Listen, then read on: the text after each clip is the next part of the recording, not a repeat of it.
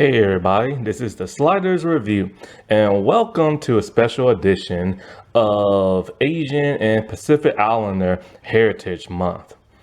I know it's not Asian Appreciation Month, I'm just getting this video out the way and everything now instead of waiting a couple of months, And I'm here today to talk to you about Avatar: The Last Airbender Season 1. This is the second part of the review where I'm going to talk about the characters and their profiles and how Netflix got a lot of these characters wrong and missed a lot of the good emotional beats. Okay, so every young person on this show, they have like very few acting roles that they've been in. At the most, they've probably been anywhere from 4 to 6 at the most. Some tend to act better than others, but with that limited acting range from not having so many projects, it does show sadly. And with more acting gigs, then of course their acting will be better and stuff. So sadly, I wish they would get cast in more stuff so they can build up not only their resume, but their acting ability. Because a lot of these people can go a long way. And they're really trying their best. And I really do hate it when people rag on them way too harshly and stuff. People gotta remember, not only are they young, but they don't have that many projects under their belt as like the older cast does, and that's quite like a shame. But for the most part, they do a lot of really good job and stuff. Take the guy who plays Aang. Dude, Aang has arrived in live action. This boy not only looks like Aang, but he's about 90%, well, I say 80% of Aang. Sadly, the writers did not write him goofy and silly, which is a pivotal, very important part of book 1. Because he is nothing more but a 12-year-old kid, and he does not want the responsibilities of being the Avatar. And he's just as silly, as goofy as there can be, because he has not been trained to, in adolescence and stuff, because he was frozen for like 100 years. And of course, the air nomads all died and stuff. And so when you get to book 2 and 3, you tend to see that silliness die down like, a lot, because he's becoming more mature, because he's realizing what's at stake. And I really hate that they robbed him of that, because we're supposed to see this juvenile, very boyish type, like, person and stuff. And for the most part, he's just silly, but with the smile all the time. Like, I've noticed his speech pattern. He'll talk normal and straightforward and serious, and then he'll either end it with like a smile, or his next sentence he will smile the entire time with a more high-pitched, more voice to kind of give him that youthful ability and stuff. And they should have just made him more sillier. Now, the fact that they changed his origin really pisses me off. When he found out he was the Avatar in book 1, he did not want that. He wanted to play with his friends because he thought nothing was going to change. But the moment his friends found out he's the Avatar, they were like, no, we can't play with you. You just use your Avatar abilities and everything. So they literally didn't want to play with him. And the monks all like, you have to go and train, and you can't take Gyatso with you, even though he's like your father figure and stuff. Aang was losing everything he's ever known. We don't know what the world happened to his parents and stuff, but he's losing everything he's ever known. And that pissed him off to where he ran away. He ran away, got stuck in a hurricane, and then his Avatar state protected him. Here, he just wanted to clear his head. What the cactus juice is that? Seriously, man. Aang made one of the biggest mistakes of his life, but his biggest mistake was his blessing, because if he would have stayed at the temple, he would have died. And so, but his biggest mistake is, of course, running away, having all this guilt on his heart. And, some of the people love him and other people just hate him and everything because he ran away for 100 years. That is something devastating for this little kid. And they did not show that here in the series. I have no idea why. It's like they didn't want him to make mistakes. Because for the most part, he doesn't make mistakes in this series. Have you noticed that? Like, he's not goofing around playing when he's supposed to be doing something serious. He, all this other stuff I can't even think about right now, but he makes mistakes in the series and they don't show this here. It's like they want him to be perfect. Like when he found out who Boomy was just by hearing his laugh. That's not how it went. Boomy was his friend when he was 12 years old, and Boomy was about 12 too. 100 years passed and Boomy is still alive, but he has no idea. So when he meets the king of Umashu, he thinks that the king is being a brute by torturing his friends and imprisoning them and making him go through a series of tests. And they left out Floppy. How you gonna leave him out, man? Anyway, and so after doing all these tests, he realized, wait a minute, you wanted me to do this, you wanted me to do that. Everything you had me do, it has taught me a new lesson. And then he realized, oh, there's only one person who would do something as silly and, as straightforward as that, and that is his friend Boomy. It was a great moment to see that because, he had some of his childhood back. Not everybody is dead. And they completely robbed us of that by having him just like, oh, you're Boomy and everything. And then Boomy, oh, I will get to him later. Now, the whole romance between him and Katara is gone. It's big in the show, cartoon. And yes, it should be there, but I'm okay with it not being there, at least at the moment, because you have to remember his age and the actress who plays Katara are completely far apart. As of right now, she is 17. She turns 18 in April. And he's about 14 now and everything. And so even though people think, okay, 14, 17 ain't that big apart, but once she turns 18, she will be an adult and he will be a minor. And that's just gross to kiss a minor. And he started this show when he was like 12 and stuff. So it is sad that it's gone, but I'm pretty sure it will show up in season 2. But they robbed us of that little kissing tunnel thing by adding it in season 1 and leaving Aang completely out. That robbed us of a big moment. Now, I'm okay with them leaving out like the fortune teller lady and stuff like that, because you can leave stuff out like that. But one thing that really upset me was the whole Kyoshi and Aang in that one village from the cartoon series. In the cartoon series, he thinks everybody loves him because he's the Avatar and everybody's been gushing over him, except for this one village that hates his guts. And they hate his guts because of Kyoshi. Since the reincarnation, she did something that killed their leader. And he doesn't believe that, so they put him on trial. This causes Kyoshi to pretty much confess to murdering that leader dude. So Aang is about to be tortured or imprisoned or punished in some kind of way. And when Zuko shows up to take the village and try to get the Avatar and everything, it is pretty much what was it?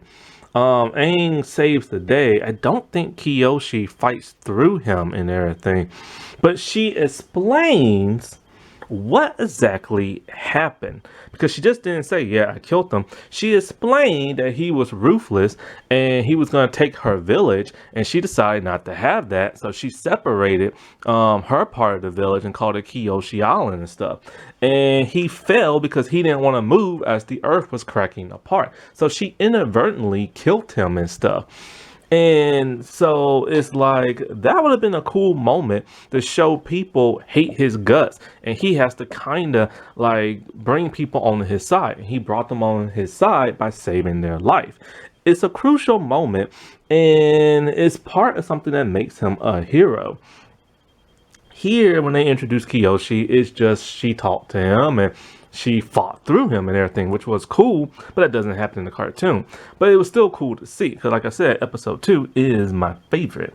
Him and Sokka do not have that brotherly bond and everything, because they rarely interact with each other. And, you know, the thing about them is that they're buds and everything. They love to do things together. They love to joke. You know, he knows Katara likes Aang and everything, and he's okay with it. And he wants to help use Aang to defeat the Fire Lord and the Fire Nation and stuff. And that is completely and utterly robbed from the show. It's just like they always been strangers, but at some point they become friends and literally brother-in-laws. And here is just like they're strangers here to get Aang to like the Northern Water Tribe, and that's about it, you know? But other than that, I do love like this version of Aang. He's like so cool to watch and everything. I just wish they would make him more like his character. But it is cool when, you know, they do have elements from the show or the cartoon come into like the show. Like when he got pissed at Zhao and blew air at him and everything. That is so from the cartoon. But they really need to make him a bit more humorous, and he needs to, because he did it in episode 1. So I don't know why they robbed us of that in the rest of the series. Even if you see him in an interview, he's very goofy and silly. Like, he is literally Aang. They just don't make him Aang all the time in the show. Also robbing us of Aang burning Katara with fire as he tries to firebend was a big mistake. They should have shown that in there. That's like the second biggest mistake he's ever had, the biggest second regret, because he was stubborn. He didn't want to listen to his master or teacher, and he rushed it. He wasn't focusing, and he was goofing around, and he burnt the crap out of her hands. And that robbed us from Katara learning how to heal. I don't understand why they don't want him to make mistakes. Also, why is he able to fly? That is something only the rarest of rare airbenders can do, and it's very rare. And I get it, he's a prodigy, but still. And if he's able to fly on his own, why does he even need a glider? That whole part of the Mechanist Sun, I wish they did not rob us of that. When Aang, like one of the best moments that came from the first episode, or was it the second? I think it was the first, was when Aang saw the temple destroyed and he went into the Avatar state. I was like, oh my God, the cartoon has come alive again. Like, yes. Like, I could feel that, man. I could feel it. Although I wish his glow would be bigger in his eyes. Speaking of the glow, why did Kyoshi keep her glow the entire time? Roku literally tells Aang in the cartoon that the glow, you know, activates the Avatar state, but you don't need it the entire time, because if you die in the Avatar state, then it cuts your connection off to the rest of the avatars. And yet she used it the entire time, which is weird. It's like a flash. It turns it on, you have it for the rest of the time, and then, you know, you're able to maintain it. But Aang, like, once again with the whole John thing and the firebender stuff, Roku literally told him Aang has the most raw avatar ability he's ever seen in any avatar. Like, this boy has raw power and stuff. Like, he is just that powerful. And they completely robbed us of that. Momo and Appa, I don't know what to say because they're barely in the series, which is quite a shame. I even forgot they're even in the show. Like, I kid you not, I literally forgot. And I get it because the CGI is a lot of money, but what are they going to do for... They're not going to do Appa's Lost Days. They can't. They don't have the money for it and stuff. And it's just, it was nice to see them when they was there. Even though Appa looked ugly in the face, that was too much CGI. That was too much CGI. They made Momo cute, but they messed up on Appa. And why is he not completely white on his fur? They have him grayish, white, black and stuff. And it makes him look dirty. Zuko, this is the second best character In the show, he acts just like Zuko. He looks just like Zuko. He is Prince Zuko and everything. For the most of the time, the first couple episodes, they really nailed it with his anger. He's angry, he's pissed, he's a firehead, he's constantly shouting at people. But then halfway to the series, they make him kind of soft and mushy. They try to redeem him far too early, and I do not like that. The greatest thing about Zuko is that he was an antagonist throughout the entire first season. It's only in his failure in the second season he starts to redeem himself, because now he's just a commoner and he does not like that. Still making his mistakes. Here, he doesn't make that many mistakes. Zuko is not only a hothead, but he is a major screw up. He is constantly making mistake after mistake after mistake, and for whatever reason, the series doesn't always do that. One of the biggest mistakes he had that showed the compassion of Iroh was when Zuko wanted to capture the Avatar after his boat blew up from the blasting jelly. He pretended to be a soldier, and Iroh told him, remember, your breath of fire or some crap like that, because it's cold out in the Arctic and stuff like that. And, you will freeze to death. So Zuko, once he found, the Avatar, after he'd been swimming in, the cold water and stuff, he wasn't keeping warm for the most part. And when he captured the Avatar's body, when he was in the Avatar state, he took him out to, the open, the open land where there was snow everywhere. And he collapsed because he was freezing to death. He literally almost died. And when Aang came out of it, and when what's his name, Sokka and Yue found them, they took Zuko with them because Aang didn't want him to die. And that's the only thing that saved him. And Iroh brought that up in season 2 when he was really pissed at Zuko, because Zuko was doing the whole blue spirit thing and stealing from people with Jet. And he told him, you never think, you never ever think. You just rush into a situation and you literally died and your enemy had to save you and everything. That is who Zuko is, and you don't really see that much. For the most part, he's Zuko for the first couple of episodes and kind of the last episode. Everything in between, he's a sympathetic character, and I don't like that. I don't want to feel sympathy for him this early in the stage, because every other episode is him either whining that, oh, the Avatar got taken from me and y'all this, and he's constantly just whining and almost looks like he wants to cry and everything. And I'm like, who the heck is that? That's not Zuko and stuff. And then the whole Iroh thing, it just adds an extra layer of mush, and they soften his character because they wanted him to be like Spike from Buffy. That's basically who he is. Started off bad, then he redeemed himself. Still a bad boy, but he becomes nicer towards the end, and they want you to feel sorry for him. Now, the creators of the cartoon did make people feel sorry for him when it came to, what was it, 50-something division or something like that, or the 40-something division, because he had sympathy for them in the cartoon, which he had here. It's explained a whole lot deeper for an emotional level, which I like, and that's why they're his soldiers and stuff. He literally defied his father and looked out for him. And as a result, he got burnt in the face. Now, his Adney Kai with his father, see, they're trying to make him into the anti-hero lead alongside Aang. To show that he fought his father and he could have beat his father in the television series. But in the cartoon series, he loved his father so much and he was so loyal, he wasn't going to lift a finger to his father.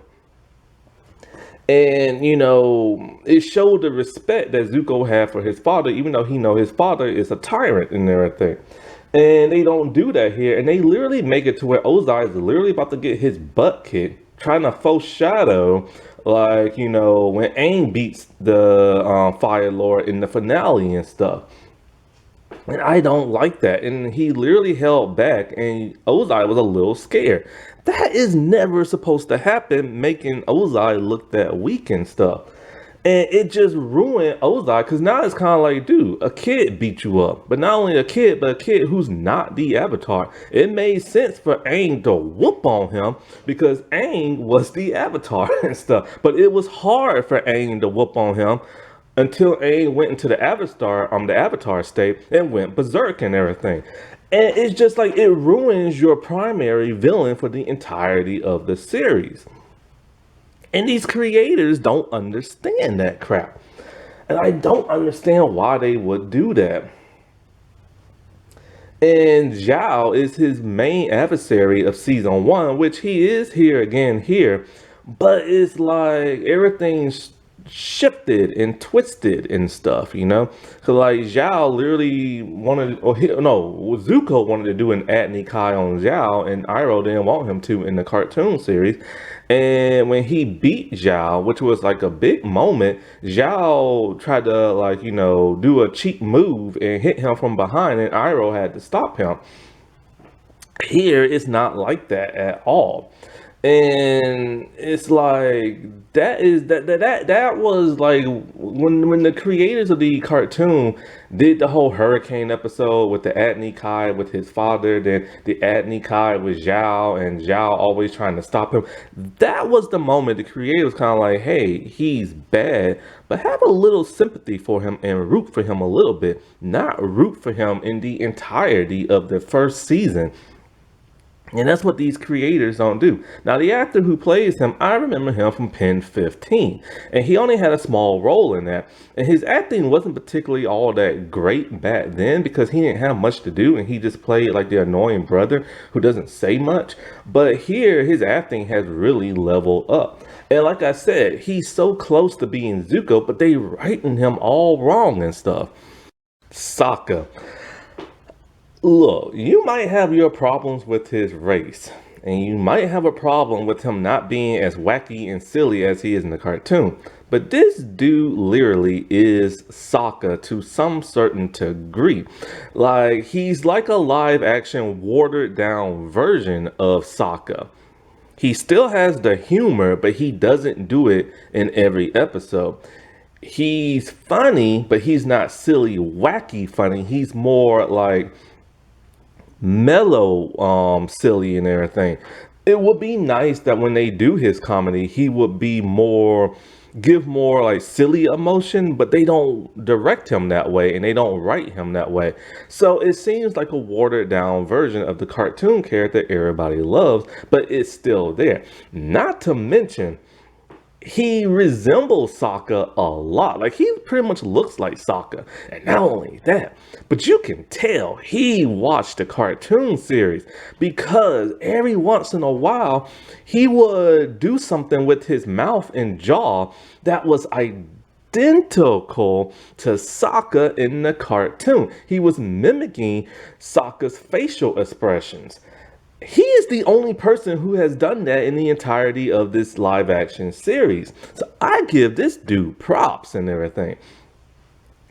Now, I'm glad they still had him get his butt kicked by like Zuko in the first episode, and how he was weary of Aang and stuff, and how he doesn't like Momo always stealing his food, which only happened once, and scared to ride Appa that first time. So I'm glad they left that in the show for as brief moment as it was. Now, this Sokka is not eating constantly like we always see. He talks about food and being hungry, but we don't see him chowing down, which is a big part of who Sokka is. It's like making Michelangelo not being obsessed with pizza, which the 2003 series did, which was always kind of weird. The turtles weren't obsessed with pizza and stuff. They wanted to get away from that. And so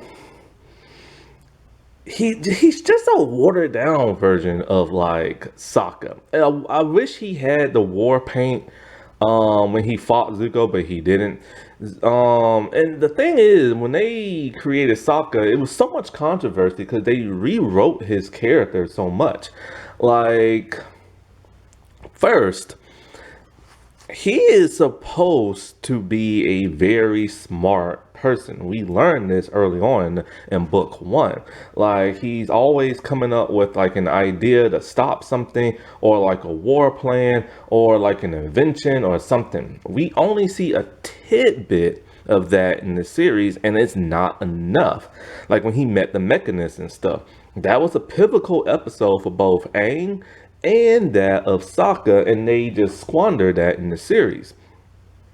Another thing, he is a warrior, or a wannabe warrior. He hasn't went through all the training that he should, because all the men went to war with the Fire Nation, and he hasn't seen them in a while. So he's kind of like that whole, oh, I'm the man of the house and everything, trying to be a warrior, but it's not that great. He only has limited skill, and he's obsessed with like wanting to be by his father's side.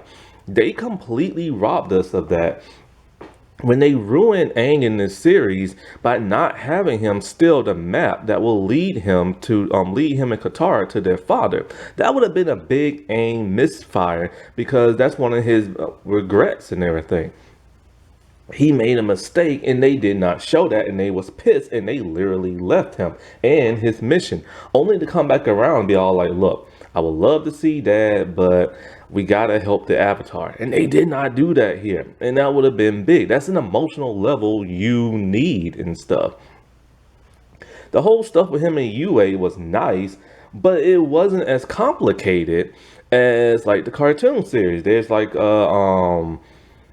love triangle, which is not really apparent here. That one soldier dude is supposed to hate Sokka, but instead he respects him in the live action series. That gives him an adversary for the cartoon series that the show is lacking and stuff. And as for him and Yue, it just wasn't that emotional, their love like thing, because she wasn't written to be as tragic as like, the cartoon series was. But yet they still fell in love, kissed, and he felt sad when she had to go because source material demanded it. Now, as for the him and Suki thing and the sexism, because he's a misogynist pig in the book one, but only for one episode. In the first episode, he just makes fun of Katara because he doesn't like bending. He doesn't believe in it, and he just doesn't like it, because it caused his mother to die and everything. And it caused, like, his father and the rest to go off to war because of the Fire Nation. So he just doesn't like bending. Also, he is just the guy with the boomerang, and he feels like a third wheel. You never see his insecurities and stuff. And so when he goes to Kyoshi Island, he assumes a bunch of men ambushed him, but it was women. He couldn't believe it, because in his village, there are no women warriors. There's only men. Even though there are women waterbenders, we don't know much about them like we do the North. But so, like, because of that, he has that mentality of women can't fight and only men can. And it's something they robbed of him in like this series when they didn't make him a misogynist pig. Now, I have defended that, and I'm about to defend it again, because it's like I said before, I would have been okay if they took that out but left everything else in. Only problem is they didn't leave everything else in. So it kind of sucks, because he doesn't have no character growth or development. And like I said, yeah, I don't care either way if they left him a misogynist pig. But as long as they have him to his core, that's fine, but they don't in this series. Now, as for him being a pig, everybody is all like, oh, he's like that for the entirety of the series. No, he's not. He's only like that for one episode. People are like, that's who he is. No, it's not. He's a lot more than that. But people try to defend it. And this is why I'm so apprehensive of him being a misogynist pig, and why I'm against it. Ever since the Me Too movement, all you ever heard women say is, we're tired of you treating us like pigs, treat us like equals, stop sexualizing us, and stop doing this and stop doing that. Message received, and television started to follow, and so did a couple of men in the world. And so, with that, you've seen a progression with women, female empowerment on television and movies.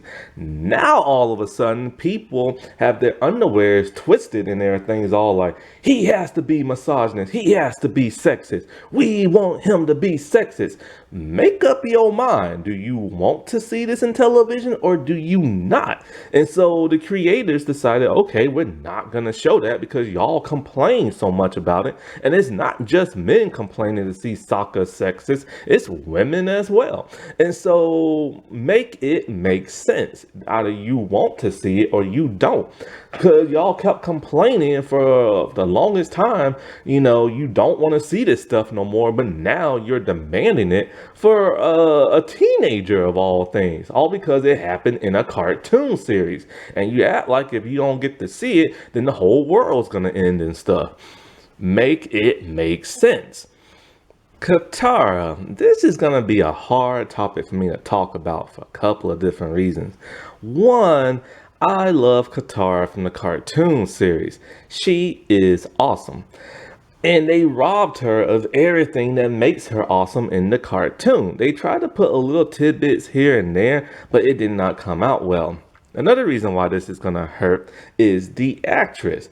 Because I remember I first saw her years ago in the third season of Anne with an E. It taught me about the indigenous people of Canada and how white people treated them like crap. If you think white Americans treated the Native Americans, indigenous people bad, oh, you ain't seen nothing yet until it comes to Canada, because there are documentaries on YouTube. Go check those things out. But anyway, I ain't got time to talk about this because I already talked about that before. Anyway, so I remember her, as you see right here, in that show. And as you can look at the material in her clothes, it's identical to the material in Avatar: The Last Airbender. So somebody must have got the same fabric or the same designer or something, right?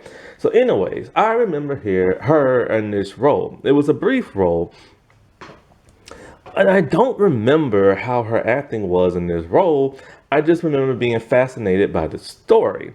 And so the actress, first things first, you gotta give it up to her style. Ever since she did this Avatar: Last Airbender show, the girl has been rocking it in the fashion department. She is literally doing the whole diva thing in the way she dresses and her facial expression. Like, you gotta give it up. She's acting like she's a megastar. The only problem is she's not a megastar yet. She's no Jennifer Lopez. She is slowly building her way up in the entertainment business, but it's a very slow process. Remember when I said all the young people only got about 4 to 6 acting credits under their belt? She has about that, like 5, maybe 6, but they're always small roles and everything. The Anne with the E was probably the biggest role there was, and other things have been like just brief appearances, or I think like short films and brief appearances, stuff like that. So her acting resume isn't huge, and because of that, she doesn't have like, the range to act on like so many different levels and stuff. And it shows a lot in this show, which really sucks because, she looks so much like Katara and everything. She's actually indigenous. And not only that, but it's like, she has this really cool vibe when you see her in interviews and stuff. It's just her acting isn't where it needs to be right now for a major project like this. It needs a lot of polishing and stuff. Because I've noticed, like, I think it was probably the last episode, she was talking to Paku, and it was a big emotional scene, but it's like she was just saying her lines. There was no emotion with those line deliveries, and there was no emotion on her face. It was just, she was just repeating her lines. This could be nerves, this could be inexperience, and it could be probably not watching the source material. So, I hope that like her acting can improve, to where she, one, can just, be like getting more roles, and two, just like be a natural Qatar and everything. And so because it does come off as like, inexperience and stuff. Now, as for how she's not written like Qatar and everything. She's not written like Qatar at all, and that's the writer's problem. And the directors aren't pushing her hard enough to convey, emotion and all this other stuff. This is hard because it's like there's tidbits of Qatar in her, but there's not much. Katara is a very passionate, very driven type of character. She's a bit more driven than Aang, I would say, in the cartoon series because Aang just wants to goof around. She's a mother figure. She disobeys the rules. She has an attitude problem. She will, disrespect authority if she feels like she's been treated badly. And like she will even attack people verbally or with her bending like she did in season 2 when she wanted to know where this like earth, or she wanted to know where something was at, and these earthbenders were being rude to her, so she took them around the corner and she froze them. That is who she is. She's not a goody two shoes, even though there are times she does act like a goody two shoes, especially in season 2 when Toph shows up and everything. It's like she's a very, very strong character who had to teach herself water bending, just like she does in this series with the scroll. Now they changed to how she got her scroll and everything. Her grand gave it to her in this series, but in book 1 she stole it from pirates. See, she stole it from pirates and stuff. They didn't do that here. Another thing that they dropped when it came to Qatar was her love interest. They brought in Jet, but she's not as infatuated with Jet as she is in the cartoon. Like she is literally just head over heels for this bad boy figure and everything. And yes, she is the one who stops him, like, from like doing like, his like, terrorist deeds and stuff like that. But it doesn't have that same weight of emotion like it did in the cartoon series. Another person that they completely left out that pissed me off was Haru. He was the young earthbender she met in the Earth Kingdom along with his father and the rest of the villagers. They were earthbenders, but they didn't earthbend because if you was caught earthbending, you would go to the coal mines. And Haru would practice in secrecy until he got caught. And Katara is one of the people who persuaded him to practice his bending. So she felt guilty he got caught. And so what does she do? She decides she's going to pretend to be an earthbender and free all the rest of the earthbenders. That was a huge thing in the cartoon because it showed leadership skills and determination and strength, something she would need later on as the series progressed, and you don't get that here. It's like they could have added Haru and they could have left out stuff and people who aren't supposed to be in season 1. And so it's like they didn't want to make her Katara and stuff.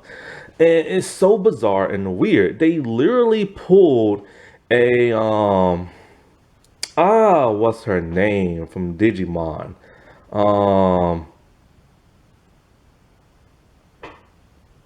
It almost out Sora, that's it. Sora was portrayed great in like season 1 of Digimon, the first season. But every time they add her in later, whether it be the reboot season, the 2020 series, or like the movies when she's older, they just drop the ball on her because they didn't care. And that's kind of how it is here with Katara.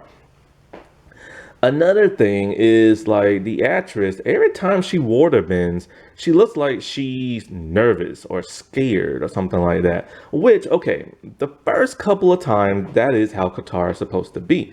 After she starts learning to bend, then she's supposed to be better. Now, when she's practicing, the actress does a great job and everything. But it's every time she has to fight somebody, she looks terrified and everything. And that's not who Katara is. Just like the whole Paku fight. I wanted to see that so bad because that's my favorite moment in the that's my first favorite moment of the cartoon series. But I have other favorite moments, like that finale is the best one of fight scene ever. Anyway, that Paku fight was awesome in the cartoon series. It did not have the weight or the emotion in the live action series.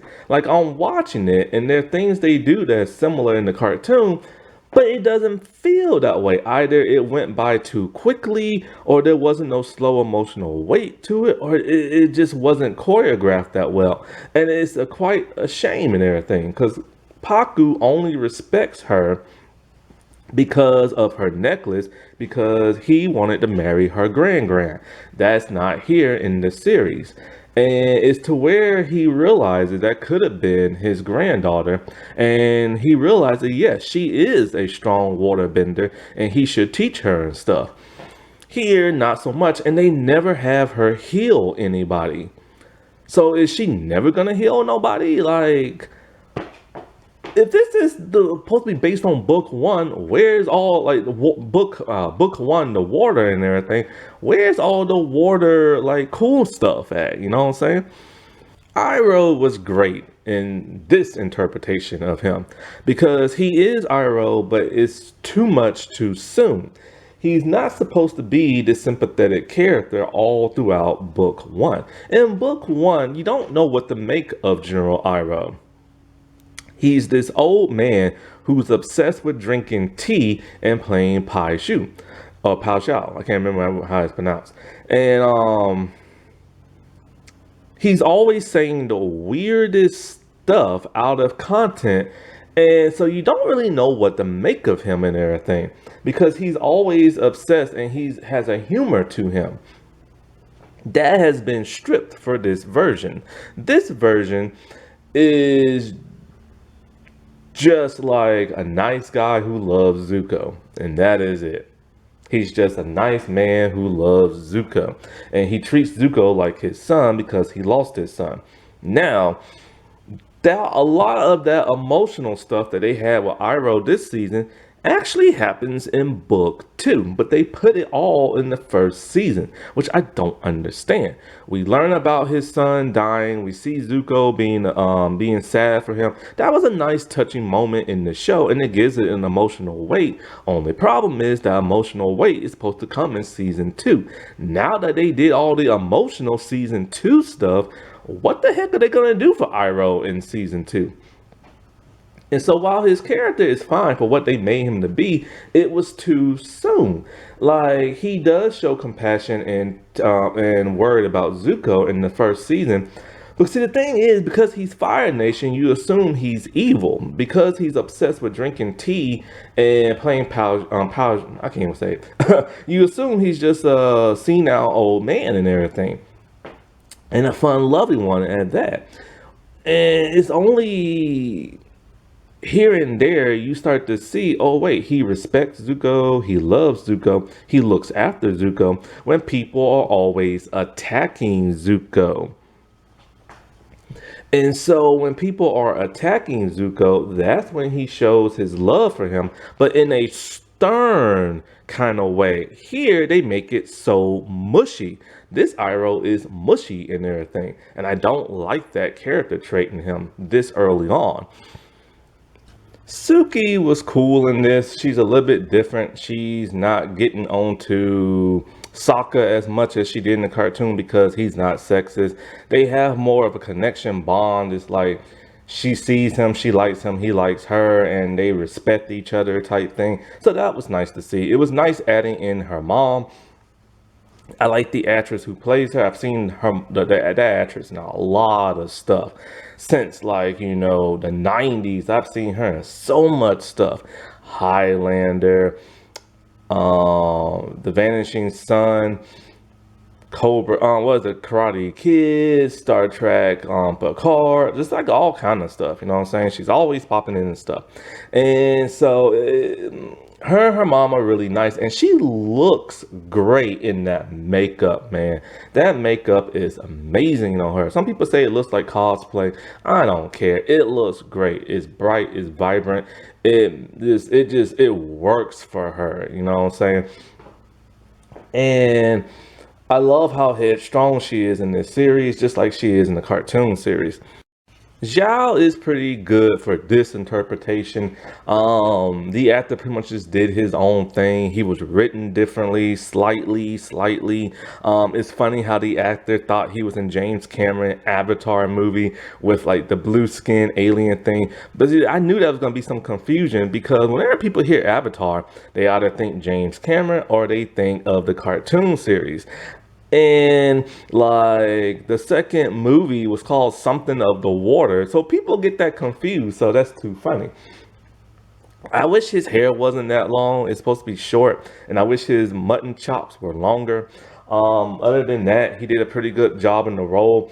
He's taking orders from like Azula. And in this version, he's talking about being the next Fire Lord and all this other crap. And I'm just kind of like, I don't remember him being that way in the cartoon. I remember him wanting to be the highest ranking general that he can, or military officer. And I know he hates Zuko. It's more apparent in the cartoon than it is in the series.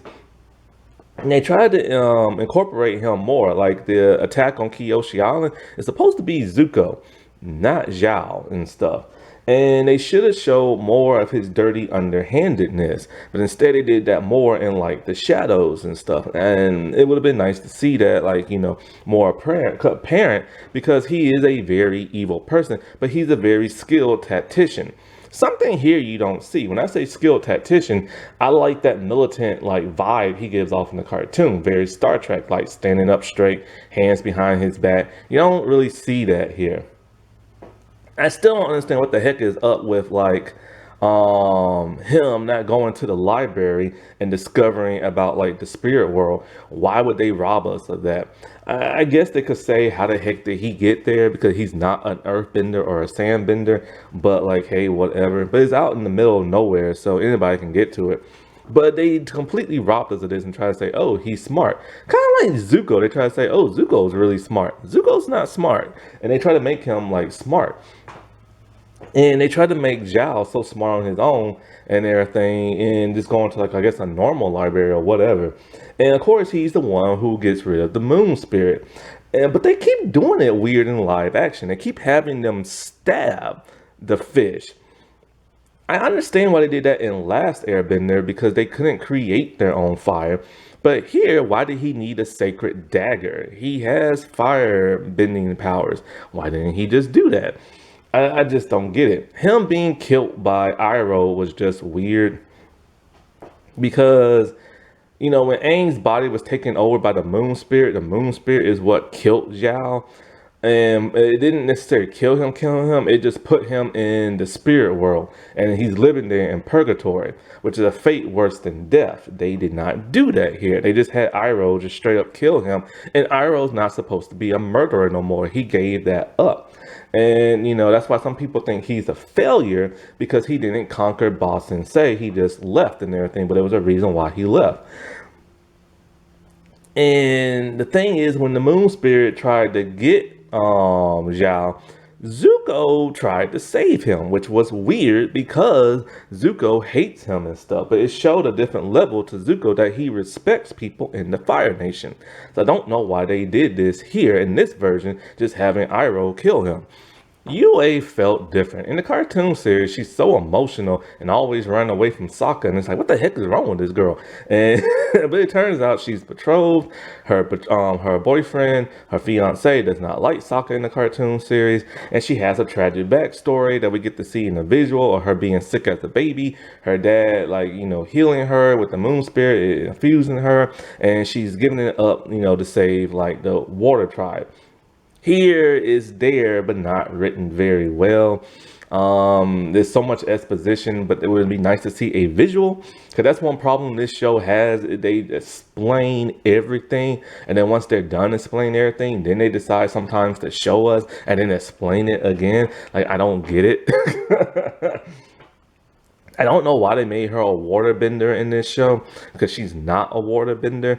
And so, yeah, I just felt like kind of like she should have been written more better.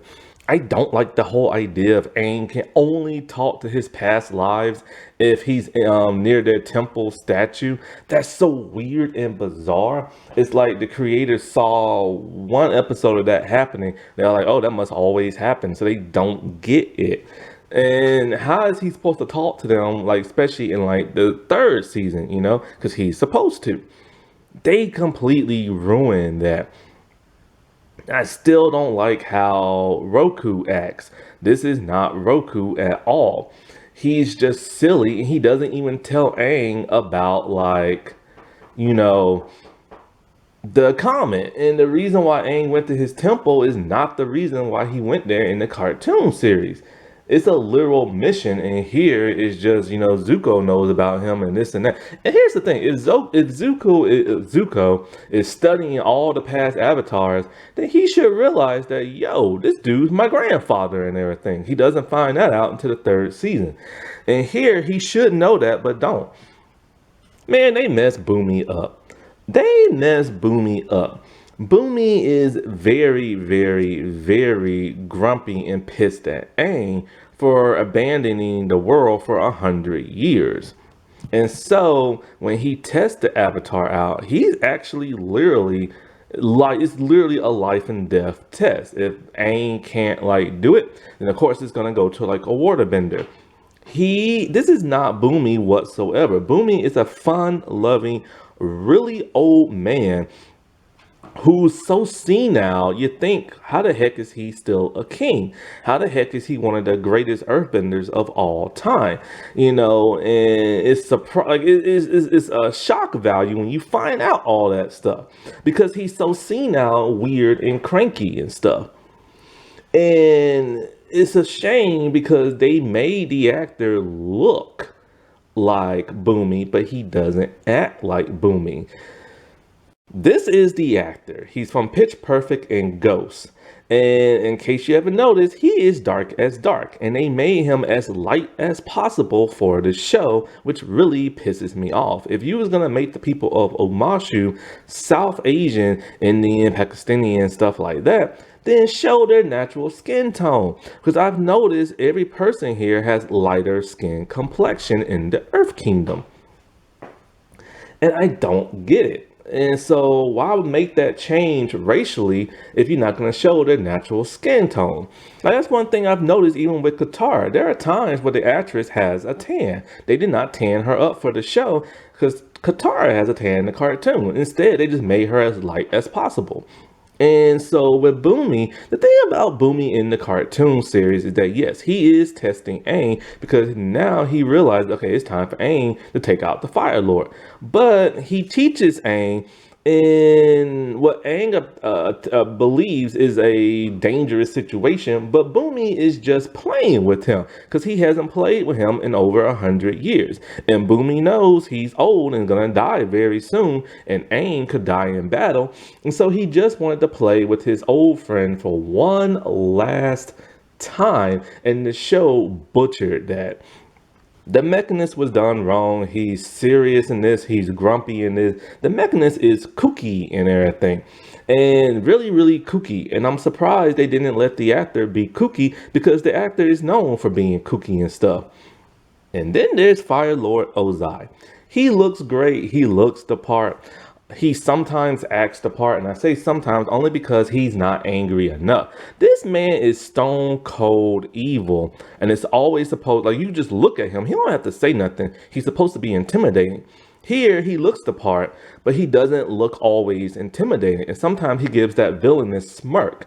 Ozai really doesn't do that unless he's planning on killing you and everything. That's the only time you see that smirk comes out. And I wish the actor had more of a gravelly voice, a grittier voice, but he doesn't. And so, like, because, you know, when you hear that Ozai voice, oh, you hear it. You know it. It's Mark Hamill and everything. And they showed him in season 1, which he does not appear in book 1. He's only in silhouette.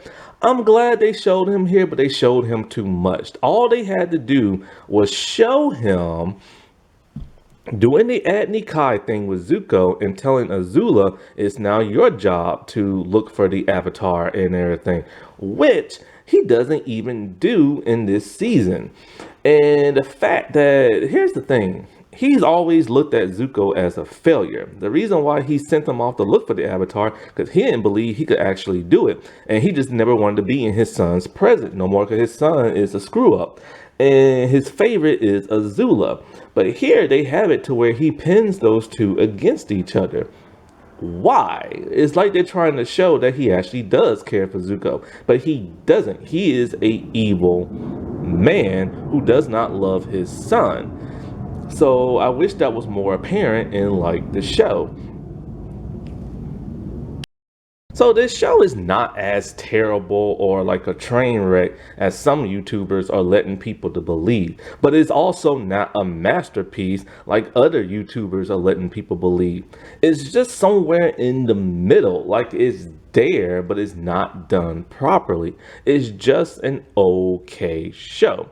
And the cartoon series is just a million times better. I hope they correct their mistakes in season 2, because they're now having season 2 and 3. So here's the hoping, Happy Asian and Pacific Islander month, everybody. Alrighty, well, I'll talk to y'all later. Bye.